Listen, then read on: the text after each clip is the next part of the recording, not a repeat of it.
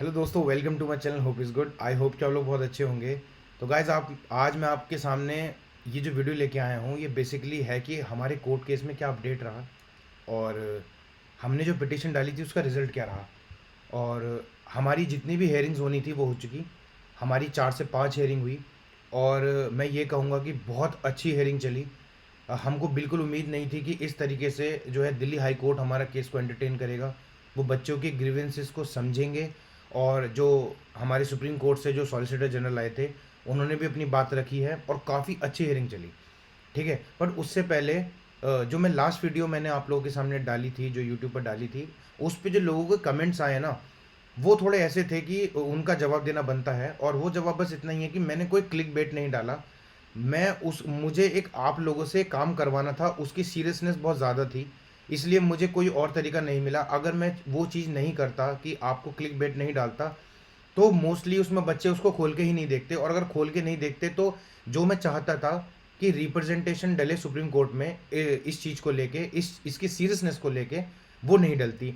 और जितना मतलब जैसे मैंने वीडियो डाली तो वो चीज़ सक्सेसफुल भी हुई, काफ़ी बच्चों ने रिप्रेजेंटेशन डाली, और लगभग 300 से 400 रिप्रेजेंटेशन हमारी सुप्रीम कोर्ट में गई हैं, और वो ऑफलाइन और ऑनलाइन दोनों तरीके से। और रिजल्ट हमको डेफिनेटली ज़रूर देखने को मिलेगा। ठीक है, ये तो एक बात रही।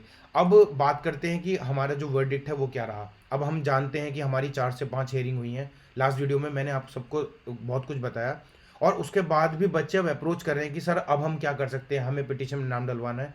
तो मैं ये बता दूं, petition is over. Petition hearings वगैरह सब ओवर हो गई हैं, और अब हमारा आगे फर्दर प्रोसेस क्या होगा, क्या देखा जाएगा, मैं इस वीडियो में आपको बारी बारी करके सब चीज़ समझाऊंगा।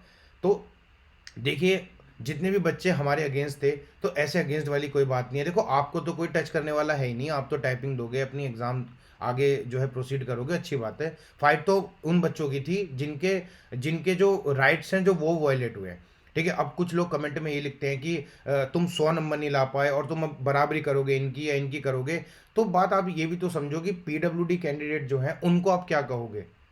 उनकी उनकी जो प्रॉब्लम्स है, जब उनको एक जो गवर्नमेंट ऑफ इंडिया कंसिडर करती है, supreme court of India consider करता है, तो आप कौन होते हो सब कहने वाले। पर यह है कि मेरा पर्पस किसी को कुछ कहना नहीं है, बस ये है इस वीडियो का पर्पस कि जो वर्डिक्ट आया है मैं आप लोगों के सामने आज वो वर्डिक्ट रीड करूं, आप लोगों को समझाऊं कि क्या डिसीजन आया है सुप्रीम कोर्ट ऑफ मतलब दिल्ली हाई कोर्ट का, कि हमारे इस रिक्रूटमेंट से रिकॉर्ड मतलब अकॉर्डिंग मतलब के लिए, सॉरी। तो चलिए मैं पढ़ देता हूँ वो, और थोड़ा सा धैर्य बना के रखिए। ठीक है, और मैं आपको बताऊंगा कि वर्डिक्ट क्या क्या है प्रॉपर, और ठीक है, चलिए। ठीक है, आपको ये वर्डिक्ट दिख रहा होगा यहाँ पे। हम जैसा कि मैंने आपको बताया था कि हमने जो है आपकी 4 पिटीशन डाली थी, यहाँ पर आप देख सकते हैं, तानिया एंड अदर्स, इसके बाद आपका Ekansh and others, Tarini Sharma and others, and आपकी दानिश मोहम्मद एंड अदर्स। तो आप ये समझ सकते हैं, ये एकांश वाली थी वो ओबीसी वालों के लिए थी। Tania and others I think EWS वालों की है, और तरीनी शर्मा ये है पीडब्ल्यूडी वालों की, और दानिश एंड मोहम्मद थी एससी एंड एसटी वालों की। तो आप ये हमारी 4 जो है पिटीशन डली थी टोटल, और इन 4 पिटीशन को कंबाइन कर दिया गया। जब हमारी हेयरिंग्स हुई हैं तो उसमें कंबाइन कर दिया गया। ठीक है, उसके बाद हमारी 5 हेयरिंग चली, और उसके बाद देख सकते हैं आप जो रिजल्ट है, मैं आपको प्रॉपर रीड करके बताऊंगा। यहाँ पे रिजल्ट देख सकते हैं, ये रहा। ठीक है, अपीयरेंस किसकी हुई थी हमारी तरफ से, मिस्टर शमशेद जो हमारे सीनियर एडवोकेट थे supreme court Delhi high court में, मिस्टर शशांक सिंह। आप देख सकते हैं ये जो नाम है ना, मिस्टर शशांक सिंह, जो भी करा धरा है ना इनका है। ये इकलौते ऐसे होप बने उन बच्चों के जो मार्जिनलाइज्ड हैं, जो लोग अपनी बात नहीं रख पाते अगर इंडिविजुअल होते। मिस्टर शशांक सिंह को मैं दिल से धन्यवाद बोलना चाहूँगा कि उन्होंने हमारे केस की सीरियसनेस को समझा है। बहुत ही मिनिमल तरीके से मतलब कंट्रीब्यूशन के साथ उन्होंने हमारा जो है मतलब केस आगे फॉरवर्ड किया। और ऐसा नहीं कि केवल इन्होंने, हम इनकी पूरी टीम है यहाँ पे, अरजीत सरकार, यहाँ पे मिसेस प्राप्ति श्रीवास्तव एंड अदर, इन लोगों ने बहुत अच्छी तरीके से हमारे केस को रखा। और सभी बच्चों के बिहाफ पे जो भी बच्चे इस पिटिशनर्स में हैं, या फिर जो बच्चे दूर बैठकर भी कंट्रीब्यूट कर रहे हैं किसी भी तरीके से, तो उन सभी की तरफ से मिस्टर शशांक सिंह जो कि एओआर हैं सुप्रीम कोर्ट ऑफ इंडिया में, एडवोकेट ऑन रिकॉर्ड, उनको थैंक यू। थैंक यू, आपने हमारे लिए इतना कुछ किया। ठीक है, और ये सब थे, और आप यहाँ पे देख सकते हैं जो ये रेस्पोंडेंट वगैरह के थे। ठीक है, तो अब हम आगे बढ़ते हैं। ठीक है, ठीक है, ये हमारा यहाँ पे ऑर्डर है, एक मिनट, जस्ट थोड़ा टाइम लगता है इसमें। ठीक है, आप देख सकते हैं यहाँ पे जो कोर्ट थी वो ऑनरेबल जस्टिस प्रतीक जालान की थी, और ऑर्डर हमारा 29/5 यानी कि 29 मई को, यानी कि कल हमारा ये ऑर्डर आया था। और ये हमारी 4 फाइलें थी इंटरिम रिलीफ के लिए। ठीक है, आप देख सकते हैं यहाँ पे इंटरिम रिलीफ के लिए था। अब मैं धीरे धीरे करके आपके सामने सारे पॉइंट पढ़ दूंगा और आपको चीज़ें जो है थोड़ी बहुत क्लियर हो जाएंगी और अंदाज़ा लग जाएगा कि किस डायरेक्शन में चीज़ें जा रही हैं, और सब लोगों को जवाब मिल जाएगा। These 4 petitions concern recruitment for the post of junior court assistant in the establishment of the respondent Supreme Court of India। इसमें respondent जो है ना Supreme Court of India है, pursuant to an advertisement dated 4 February 2025। The petitioners are aspirants for the appointment in the various reserved category, namely person with benchmark disabilities, scheduled caste, scheduled tribe, other backward classes, economic or weaker sections. They have raised various contentions with regarding to the recruitment process and the applicability of reservation in accordance with the law. However, an adjudication is unnecessary at this stage। ठीक है, as mister Chetan Sharma learn additional solicitor general of general, मतलब ये जो आप बोल रहे हैं कि मिस्टर चेतन शर्मा जो आए थे हमारे एडिशनल सॉलिसिटर जनरल, ये सुप्रीम कोर्ट की तरफ से आए थे, उनके मतलब सुप्रीम कोर्ट को रिप्रेजेंट कर रहे थे, और उन्होंने काफ़ी अच्छी हेयरिंग करी है। अगर आपको शायद आपने हेयरिंग नहीं देखी होगी तो, पर अगर आप कमेंट वगैरह करेंगे तो मैं जो भी हेयरिंग हुई थी उनके वीडियोस भी अपने टेलीग्राम ग्रुप पर अपलोड कर दूंगा, तो वहाँ आप समझ लेंगे कि ये मैटर कितना कंसर्न था। जो हमारे ऑनरेबल जस्टिस प्रतीक जालान थे, उन्होंने बहुत सीरियसनेस इस मैटर की समझी और काफ़ी एंटरटेन हुई चीज़ें। ठीक है, आगे पढ़ देता हूं मैं।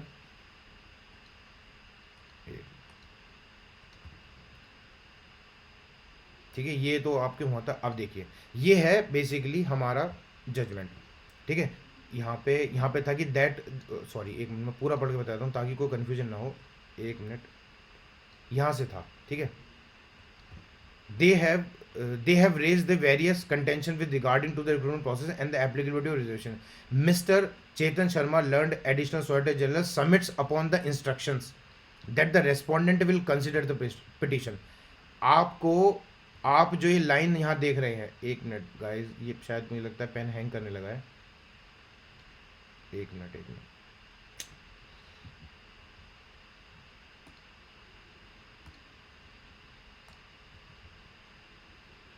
ये क्या हो गया?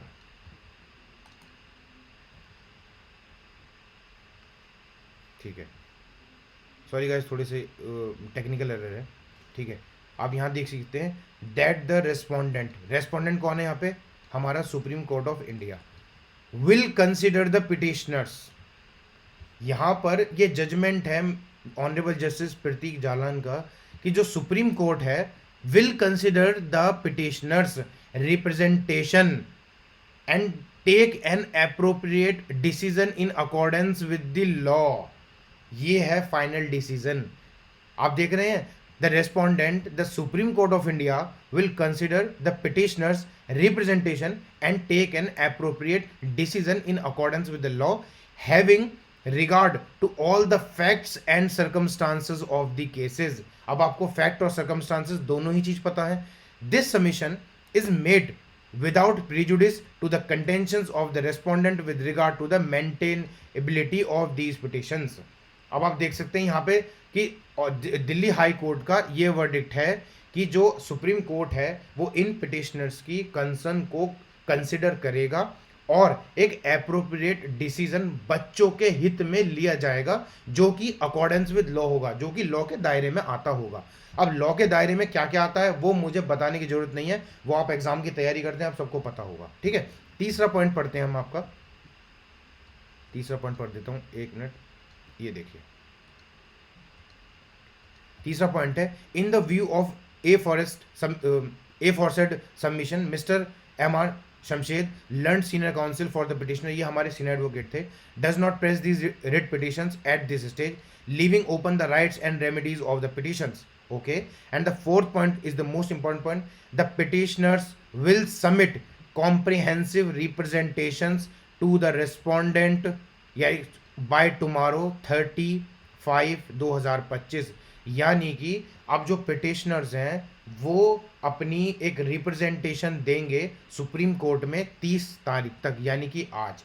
और आज हमारी रिप्रेजेंटेशन जो कि फाइल होने जा रही है वो बन रही है बहुत अच्छी तरीके से, और ये रिप्रेजेंटेशन दिया जाएगा। और इसी जजमेंट में ऊपर जो लाइन है यहाँ पे आप देख सकते हैं कि will consider the petitioner's representation. Supreme court हमारी जो रिप्रेजेंटेशन है उसको कंसिडर करेगा और एक अप्रोप्रिएट डिसीजन लेगा। ठीक है, अब 5 पॉइंट पढ़ लेते हैं। The writ petitions along with the pending application, जितनी भी एप्लीकेशन इस रिगार्डिंग है, मतलब ऐसा नहीं कि हो सकता है कि कुछ बच्चों ने और एप्लीकेशन डाल दी हो इस केस के regarding, are dispose of in the term of aforesaid submission. मतलब कि पिटिशन का जो खेल है वो एकदम खत्म हो गया।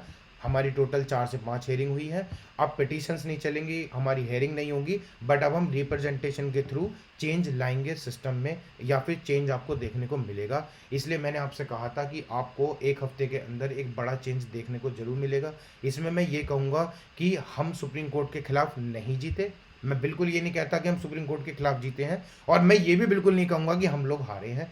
हमारी पार्शियल विन विन सिचुएशन हुई है, इसमें सुप्रीम कोर्ट ने भी एक बहुत ही अच्छी तरीके से अपनी बात रखी है, और एक अप्रोप्रिएट डिसीजन बच्चों के लिए 100% लिया जाएगा। अब ये देखा जाएगा कि ये जो डिसीजन है ये केवल पिटिशनर्स के लिए होगा या फिर ये सभी के लिए होगा, सभी बच्चों को फ़ायदा मिलेगा। But the most important thing ये थी कि रिप्रेजेंटेशन हमारा डलना चाहिए। अब आपको शायद समझ आ गया होगा कि जो लास्ट वीडियो में मैंने क्लिक बेट डाला था वो इसीलिए डाला था कि ताकि बच्चे अवेयर हों और ज़्यादा से ज़्यादा रिप्रेजेंटेशन डालें टू द रजिस्ट्रार। और हम भी आज जो है अपनी क्या बोलते हैं आप रिप्रेजेंटेशन हम भी आज जो है सुप्रीम कोर्ट में डाल देंगे, और हमारी चीज़ें यहाँ से हेयरिंग और जो पिटिशंस होती हैं वो चीज़ें ख़त्म हो जाएंगी। हमारा जो नेक्स्ट स्टेप होगा वो हमारे वकील बताएंगे, हम खुद से कुछ नहीं बताएंगे। ये प्रॉपर एक जो है ऑफिशियल ऑर्डर है 29 मई 2025 का, जस्टिस प्रीति जलान जो जस्टिस है दिल्ली हाई कोर्ट में उनका। तो अब आपके सामने सारी चीज़ें क्लियर हो गई हैं, इससे ज़्यादा मुझे आपसे कुछ कहना नहीं है। अगर अभी भी आप साथ दे सकते हैं तो आपको पता ही होगा कि मैंने एक वीडियो में जो है आपके रिक्रूटमेंट सेल के जो ईमेल आईडी है वहाँ पर आप एक मेल भेज सकते हैं, अपनी रिप्रेजेंटेशन डाल सकते हैं। हम तो कोर्ट के थ्रू जो है रिप्रेजेंटेशन डाल ही रहे हैं, पिटिशनर्स हैं हम तो, और अगर आप भी डालना चाहते हैं तो आपको एक ईमेल आईडी तो पता ही होगी, मैं आपको दिखा देता हूँ यहाँ ईमेल आईडी। एक मिनट, मैं आपको दिखा देता हूँ यहाँ पे एक ईमेल आईडी। ईमेल यहाँ पे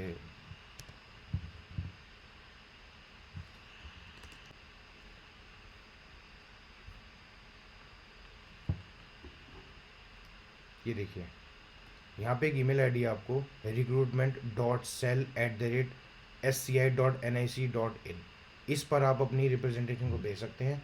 अगर आपको रिप्रेजेंटेशन चाहिए कि हम अपनी रिप्रेजेंटेशन में क्या डालें, तो आप मेरे Telegram group hope is good पे अगर जाएंगे तो वहाँ पर मैंने पीडीएफ फॉर्म में, मतलब आप एडिट कर सकते हैं, उसको कॉपी पेस्ट करना है, आप अपना नाम वगैरह डाल के एक सुप्रीम कोर्ट ऑफ इंडिया को आप रिक्रूटमेंट में इस तरह का एक रिप्रेजेंटेशन भेज सकते हैं अगर आप पिटिशनर नहीं हैं तो।